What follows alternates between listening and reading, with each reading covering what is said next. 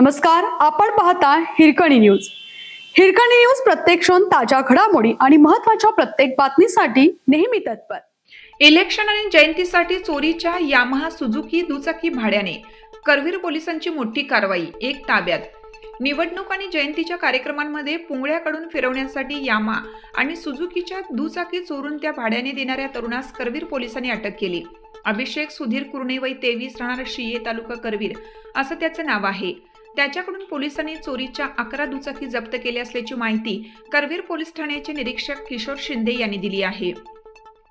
याबाबत अधिक माहिती अशी की चोरीच्या दुचाकींची विक्री करण्यासाठी अभिषेक कुरणे हा रविवारी सायंकाळी राजाराम बंधारा ते निगवे रोडवर येणार असल्याची माहिती पोलिसांना पोलीस अंमलदार सुभाष सरवडेकर यांना मिळाली होती.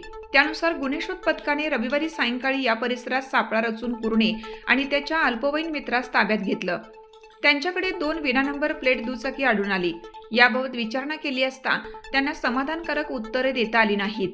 या दोघांना पोलिसी खाक्या दाखवताच शिये, लाटवडे, भुयेवाडी, गुणकी, टोप, पेठवडगाव येथून आणखीन 8 दुचाकी चोरल्याची कबुली दिली.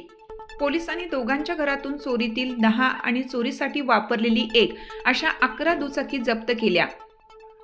अल्पवयीन मुलास सुधारगृहात पाठवले. कुरणे याची पोलीस कोठडीत रवानगी झाली.